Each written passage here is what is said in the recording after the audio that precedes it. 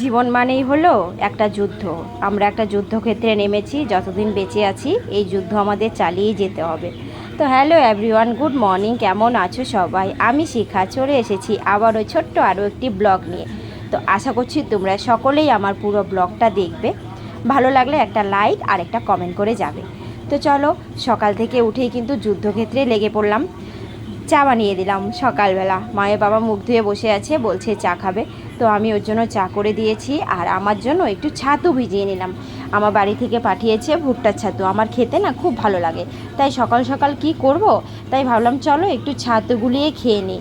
তো আমার মতো কে কে ছাতু খেতে ভালোবাসো কমেন্ট করে অবশ্যই জানিও। তো এদিকে চলে এসেছি রান্নাবান্নার তোড়জোড়ে। আজকে নিরামিষ হচ্ছে। আমি বললাম না, সপ্তাহে আমাদের 3 দিন 4 দিন নিরামিষ খেতেই হয়। এটা বাধ্যতামূলক নয়, কিন্তু আমরা খাচ্ছি। মামি পাপার কিছু নিয়মের জন্য শনিবার করে খাচ্ছে। আমরা সোমবারেও নিরামিষ খাচ্ছি আর মঙ্গলবারও নিরামিষ খাচ্ছি। তার জন্য আমাদের বাড়িতে কিন্তু বেশিরভাগ রান্না নিরামিষ হয়। তোমরা আবার ভেবো না যে নিরামিষ শুধুই খাই, মাছ মাংস খাই না। খাই, সপ্তাহে 2 দিন মাছ মাংস খাই। আর মাংসটা অ্যাভয়েড করেই চলি এখন খুব, কারণ মামের পাপা যেহেতু মাংসটা খায় না, তাই আমি আর মাম খাবো তাই বলে আনি না, মাসে 1-8 দিন নিয়ে আসি। তো মামের জন্যই শুধু মাংসটা আনা হয়, আর মামের পাপার জন্য আলাদা করে রান্না করা হয় অসুখ বিসুখ হলে যা হয়।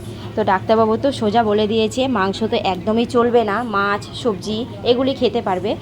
তো সেগুলি দিয়েই খাবার চেষ্টা করি, মানে সব কিছু নিয়ম মেনে চলার চেষ্টা করি, যেন মামের পাপারও কোনো অসুবিধে না হয় আর মামেরও কোনো অসুবিধে না হয়।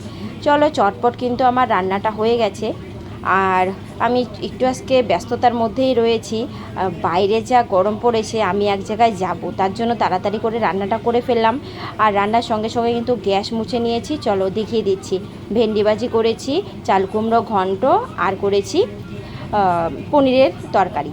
তো এই ছিল আজকের রান্না, চটজলদি ছোট্ট করে একটা ব্লগ শেয়ার করলাম। ভালো লাগলে লাইক।